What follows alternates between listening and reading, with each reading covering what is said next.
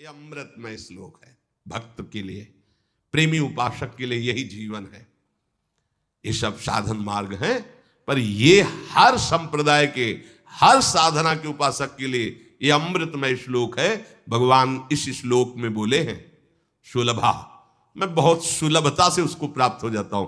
जैसे महाप्रभु बोले क्यों न बिन कष्ट रस सिंधु को पीजिए, तो कह रहे तस्याहम सुलभा, मैं उसके लिए सुलभ हूं। सुलभ माने बिल्कुल सहजता से प्राप्त हो जाता हूं। किसके लिए? बोले अनन्य चेता सततम यो माम स्मरत नित्य शाह, जो मेरा अनन्य चिंतन करता है, नित्य निरंतर चिंतन करता है, बस यही जीवन का लक्ष्य रहा है।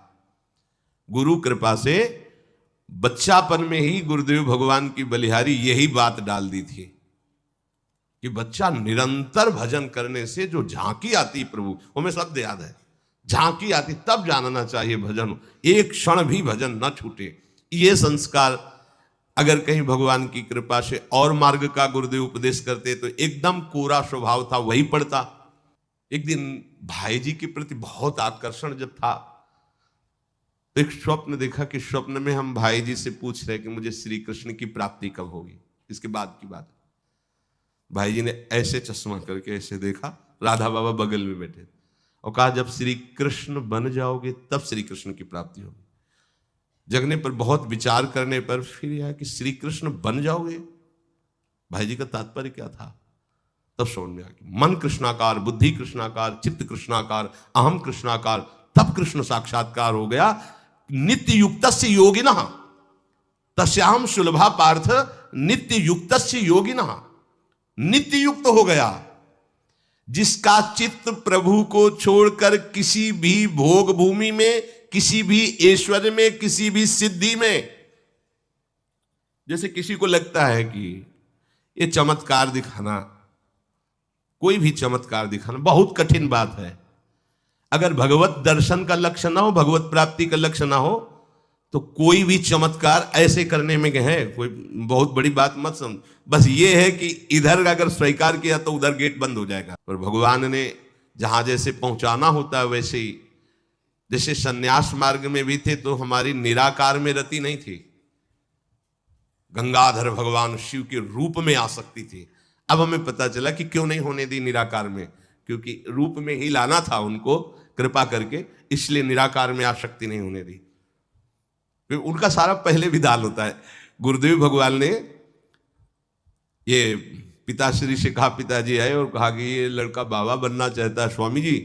वो आते जाते थे घर में, तो सैमशी में उस समय स्वामी जी विराजमान, तो उनका पाणे छोड़ जाओ, एक हफ्ता बाद ये घर भाग जाएगा, या फिर हम एक हफ्ता बाद मंत्र दे देंगे, तब जान लेना कि साधु बनी ही जाएगा। उस स्वामी जी जैसी आपकी इच्छा छोड़ के गए। एक हफ्ते जो है गुरुदेव भगवान ईंट ढोवाना, झाड़ू लगवाना, बड़े कार्य करवाना, और जैसे पेड़ा आदि आते सबको बांटते, हमें एक भी पेड़ा नहीं देते।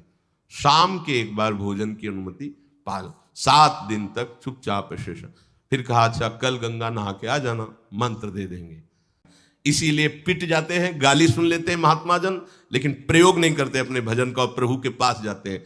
ऐसा ना समझे ना कि वो चमत्कार पीछे घूमते हैं। केवल बस एक बात है कि अगर इधर लगे तो उधर का गेट बंद हो जाएगा। तो इतनी दुर्लभ बात बनने जा रही है, किसी को प्रमाणित करने के लिए कि हम महात्मा, हम भजनानंदी, हम चमत्कारी हैं, अपना गेट बंद करवा ले तो मूर्खता ही होगी ना। यहां क्या होगा? वाह वाह हो जाएगा, बस उसके आगे क्या होगा? फिर वही प्रपंच। तो ये जो ब्रज के महात्मा है, जो भगवत प्रेमी महात्मा है, जो भगवत प्राप्त करने वाले हैं, इनके अंदर चमत्कार के बाप की सृष्टि होती है। ये चमत्कार बहुत ऊपर होते हैं। ये नहीं सोचना चाहिए कि इनमें भजन होता तो उसने 2 थप्पड़ मारे भस्म कर देते। भजन का जानते हो, भजनानंदी का 2 थप्पड़ मारा है, तुम्हें निश्चित भगवान की प्राप्ति हो, तुम्हारा कभी अमंगल न हो, भगवान तुम्हारे परिवार को भी सुखी रहे और तुम आजीवन स्वस्थ रहकर पवित्र बुद्धि के द्वारा भगवान को प्राप्त। ये महात्माओं का बल होता है। महात्माओं के बल थोड़ी होता है किसी ने गाली दिया, मार दिया, जा भस्म हो जा। ये भस्मासुर थोड़ी होते महात्मा है भाई, भस्म कर दिया, नष्ट नहीं। साधुते हो न कारज, तब भगवान उनके अधीन होते हैं। ठीक है, सुबह गए स्नान करके तो पंचाक्षरी मंत्र दिया, मंत्र दे के कुटिया में गए, फिर उठ के आए, बोले सुनो आओ एक बात कहनी। बैठे, बोले द्वादशाक्षर मंत्र भी ले लो। तुम कहा जपेंगे कौन? बोले पहले तुम ये जपना, लेकिन ये रखे रहो, आगे काम आएगा। हमारी समझ में नहीं आ रहा था कि मतलब मंत्र दो क्यों दे रहे। ये पहले से भूमिका तैयार थी वृंदावन की, हमें पता नहीं था। द्वादशाक्षर मंत्र भगवान श्री कृष्ण का, पंचाक्षरी मंत्र सबसे पहले दिया। बाद में पता चला कि ये बीज तो गुरुदेव ने ही पहले बो दिया था कि जिस मार्ग से घूम के जाना है। वो कह रहे थे कि बाद में तुम्हें पता चलेगा, पर बाल्यावस्था थी, मेरी मति गति वहां तक पहुंच नहीं रही थी। और जपे हम पहला ही, जपे पहला ही। बाद में जब भगवान शंकर ने इधर, तब हम मुझे समझ में आया कि बीज तो गुरुदेव भगवान ही अंदर से बो दिए थे पहले ही। ये कृपा गुरुदेव भगवान की हुई कि चित्त में बैठाल दिया कि निरंतर चिंतन करना यही संन्यास है, यही साधना है, यही भगवत प्राप्ति का स्वरूप है। ये चमत्कार, ये ना सोचो कि भजन करते होते तो फिर चमत्कार, या ये गाड़ी घोड़ा रुपया पैसा चमत्कार, ये पापियों के पास भी है। ये तो प्रारब्ध का खेल है, प्रारब्ध बदला, ऐसे से ऐसे हो गया, इनका कोई महत्व नहीं है। महत्व है नित्य युक्तस्य योगिना, तुम्हारा चित्त निरंतर आराध्य देव में युक्त है कि नहीं। किसी भी ऐश्वर्य, किसी भी भूमि, किसी भी पद का कोई भी संबंध, आश्रय, चिंतन नहीं। यह हुआ अनन्य चेता। जैसे पतिव्रता स्त्री का मन केवल पति के ही सुख में निमग्न रहता है, पति का चिंतन, पति की बातें, पति वो उसी में मगन रहती है। पति के सिवाय उसके मन में अन्य किसी पुरुष का राग पूर्वक चिंतन कभी होता ही नहीं। जैसे शिष्य का गुरु के सिवाय कहीं चिंतन नहीं होता। पतिव्रता पत्नी का मन, प्राण, तन सब पति के ही सेवा में, चिंतन में, मनन में। जैसे शिष्य का गुरु के ही तन, उनकी सेवा में मन, उनके आज्ञा के पालन करने में एक एक चेष्टा गुरु की प्रसन्नता के लिए। कोई दूसरा इष्ट शिष्य का होता ही नहीं है। गुरु कृपा से पूरे जीवन भर एक बात रहे कि हम कभी एक सेकंड के लिए अपने आराध्य देव को ना भूले। पूरे जीवन भर इसकी चेष्टा गुरु कृपा से करते। अन्य सब बात थी साधन की, पर बात उसमें प्रधान ये थी कि भूले ना। जैसे हम गायत्री मंत्र भी जप रहे हैं नैष्ठिक ब्रह्मचर्य में, तो गुरु के द्वारा दिया हुआ पंचाक्षर मंत्र लिखा हुआ है, बार बार उसे देख रहे हैं, या अंदर से देख रहे हैं, गायत्री मंत्र चल रहा है। बड़ी कृपा रही है, मन को भागने के अवसर नहीं मिले। अनन्य चेता सततम, इसलिए हम आपको फिर कह रहे हैं, बहुत जल्दी लाभ लेना है तो इसको डबल पटरी में फंसाओ। यह जो एक मन बहुत ठोर कर कह कर उसने सच पायो, बहुत जगह नहीं लगता है कि एक प्रभु में लगाओ फिर संसार में, प्रभु में ही दो जगह लगा दो। बड़ी चतुराई से इसे फांसा जाता है। यदि मंत्र से भाग रहा हो और तुम्हें कहीं रूप का अभ्यास हो भगवत कृपा से, तो रूप में फंसाओ, चरणों से लेकर के मुकुट तक, मुकुट से लेकर चरणों तक इसको फंसाओ। पर यह कठिन बात है, रूप आना कोई साधारण बात थोड़ी। तो डबल नाम में फंसाओ। जैसे कल कहा था कि शरणागत मंत्र चल रहा, राधा लिखे है, राधा बार बार, और शरणागत मंत्र जा कहा जाएगा। तो जब गायत्री जी जब करते थे अनुष्ठान पुरस्चरण का, तो सामने पंचाक्षरी मंत्र लिखा हुआ है और गायत्री मंत्र चल रहा है। शिष्य का कोई दूसरा इष्ट नहीं होता। ऐसे शिष्य को अपने गुरुदेव में ही भगवान का साक्षात्कार हो जाता है, क्योंकि पर्दा हटा तो देख लिया कि प्रिया प्रीतम मुस्कुराते हुए बैठे। श्री भट्ट देवाचार्य जी के पास जब हरिव्यास देवाचार्य जी आए तो कहा, भगवान हम शिष्य बनना चाहते हैं। तो उनका तुम्हें हमारी गोद में कुछ दिखाई दे रहा है? वो कहा ऐसा में कुछ तो नहीं दिखाई दे रहा है। तो उनका फिर अभी तुम जाओ गिरिराज जी की 12 वर्ष परिक्रमा करो, राधे राधे बोलो 12 वर्ष पर। ऐसा ही किया, 12 वर्ष बाद फिर आए, अब कुछ दिखाई दे रहा है? बोले भगवान कुछ नहीं दिखाई दे रहा। बोले जाओ फिर 12 वर्ष करो। कह रहे कि जो शिष्य है गुरु के सिवा और कोई इष्ट नहीं है, उन्हीं का चिंतन, उन्हीं के आगे, तो वहीं उसको साक्षात्कार हो जाता है। जब 24 वर्ष बाद आज्ञा पालन करके आए तो देखा प्रियालाल गोद में। बोले अब कुछ दिखा है? हाँ। बोले प्रियालाल महाराज जी विराजमान है, आओ। वही महावाणी के रचयिता श्री हरिव्यास देवाचार्य जी गुरु आज्ञा में एक कदम पीछे ने 24 वर्ष गिरिराज जी की परिक्रमा, राधे राधे। अगर हम जरा सा भी चूकेंगे तो या तो मंत्र छूटेगा और या तो वो दृश्य छूटेगा। बिल्कुल मन को कोई जगह नहीं रखते थे, कोई जगह नहीं रखते। अनन्य चेता, ये बहुत बड़ी सिद्धि, बहुत बड़ा लाभ है कि अन्य कुछ स्मरण ना आवे। इसका अभ्यास आप कर लीजिए, फिर नशा तो ये चढ़ा देगा। ऐसा नशा चढ़ता है, ऐसा लगता है जैसे खोपड़ी घूम रही हो और उसके साथ मंत्र घूम रहा हो। ये ऐसे करो तो पका जैसा दर्द होने लगता है, एक एक नस नाड़ी मंत्राकार। न भोजन की इच्छा है, न किसी के देखने की इच्छा है, इच्छा रहित केवल मंत्र चल रहा है। तदाकार वृत्ति, मंत्राकार वृत्ति। अब इतनी प्रपंच की वृत्तियां फैलाए हो, इतना बहिर्मुख हो, कैसे बात समझोगे अंतर की। अनन्य चेत, भगवान कह रहे मैं सुलभ हूं, सुलभ हूं। काशी में प्रतिदिन ही होता, आज महादेव जी साक्षात आएंगे, सुबह से तैयारी हो जाती थी, आज महादेव जी आएंगे। आए नहीं, जब तक आज्ञा पालन नहीं हुई। आज्ञा पालन, साक्षात्कार करने के बाद मंत्र दीक्षा दी। आज्ञा पालन का फल भगवत साक्षात्कार। जो अन्य तरफ मन ले जाता है, अन्य तरफ अपना भाव ले जाता है, वो अनन्य चेता नहीं कहलाता है। अनन्य चेता को भगवान सुलभ हो जाते हैं। सततम यो माम स्मरति नित्यशः। सततम का अर्थ होता है जब आप होश में हैं तो आपका मंत्र या नाम चल रहा हो। नींद खुली, आप जप नहीं रहे, आपको ऐसा कि मंत्र जपना, ऐसा नहीं, चल रहा है। तो सोते में भी चल रहा है। जब आप नींद में गए तो आपका मंत्र चल रहा था, आप सुषुप्ति में हो गए पर आपको पता नहीं। जब जगो तो आप देखो चल रहा है कि नहीं चल रहा है। अगर चल रहा है तो चल रहा था, नहीं चल रहा तो फिर सतत नहीं था। उसका कारण आपने सोते समय भजन नहीं किया। यह भी गुरु कृपा से पहले ही सिखा दिया गया था कि जब तक गाढ़ नींद ना आवे तब तक आसन में बैठ के मंत्र जप करो, जब आ जाए तो लेट जाओ। मंत्र का ही चिंतन करते हुए सो। तो घाट में ही रहते थे, पंडों की छतरी के नीचे तपती हुई धूप, तो घाट में धूप ऐसे ज्वाला सी लगती थी, और छोटी सी छतरी, उसी के नीचे दोपहर रात्रि वहीं 2 बजे तक तो तपती थी फर्श। और 2 बजे के बाद स्नान करके महादेव जी विश्वनाथ जी पहुंच गए। बस रोज आज मिलेंगे, आज तो निश्चित मिलेंगे। एक दिन इतना आनंद था कि आज तो बस आ ही रहे हैं, ऐसा आ ही रहे हैं। जैसी भावना करोगे, जा पर जाकर सत्य सने हो, सो तो ही मिले न कुछ संदेह हो। भयंकर जटाओं का बोझा ऐसे, इतना बड़ा हाथ में त्रिशूल लिए, देखा दोपहर में नग्न पैर से आ गए। अब अपने जो जहां पागल हुए उसको दिखाई, साष्टांग दंडवत ऐसे, मौन, कुछ बोले नहीं उससे।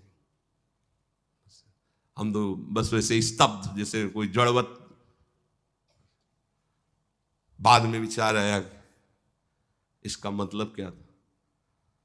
मैं ही मैं हूं, दूसरा कोई नहीं है। अलग से देखने की भावना मत करो, कण कण में मैं विराजमान हूं। वैसे प्राय उपासक जो भजन करते हो अनुभव करते होंगे, जगते ही मंत्र चल रहा है। सैकड़ों बार तो ऐसा अनुभव हुआ कि हम सो ही रहे हैं पर आसन में बैठ गए।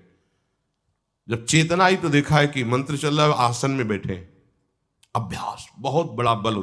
सोते मतलब अभी नींद खुली नहीं, आसन में बैठ गए। बिल्कुल कभी भी जीवन में मतलब 10-5 मिनट का अंतर तो कह सकते हैं, लेकिन ऐसा नहीं कि आधा घंटा 1 घंटा का अंतर कभी जीवन में पड़ा हो। और वो अलार्म कभी जीवन में लगाया नहीं। गंगा किनारे कहाँ अलार्म।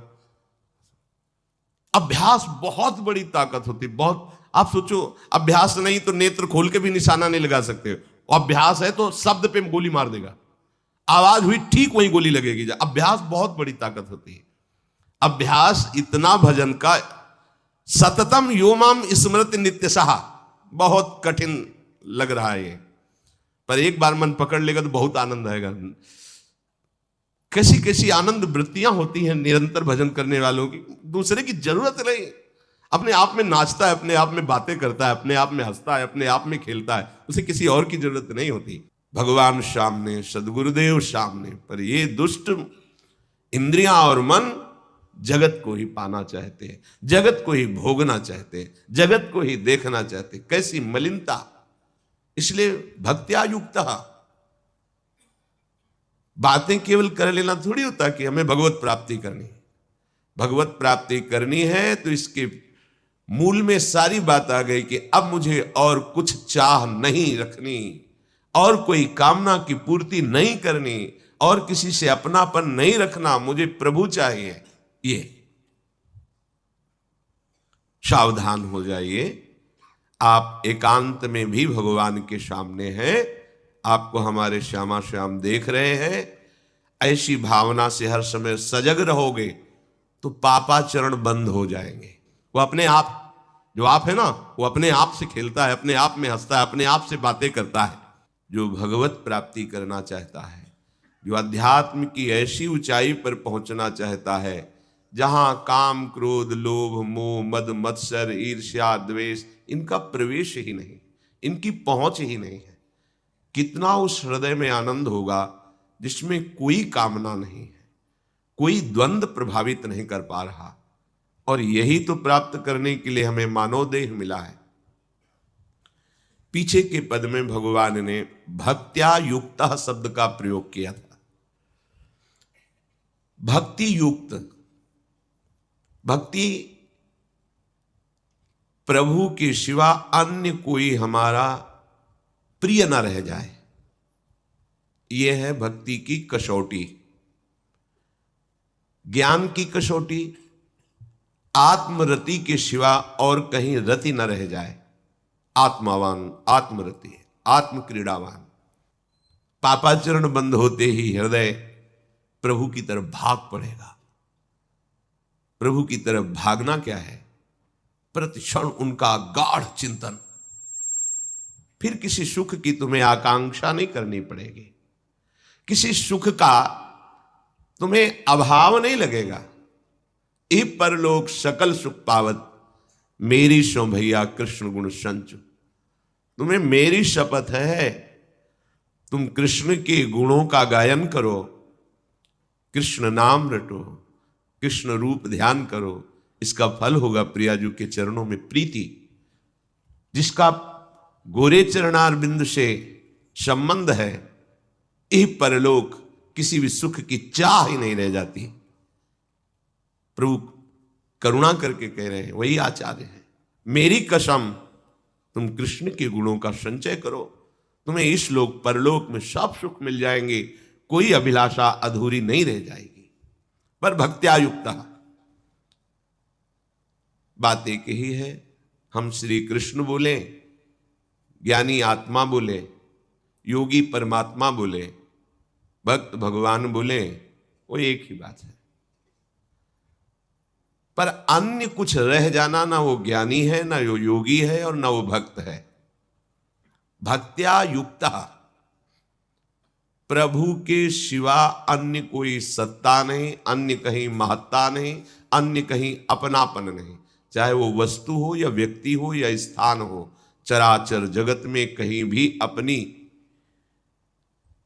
प्रियता न रह जाए, इसी का नाम भक्ति है।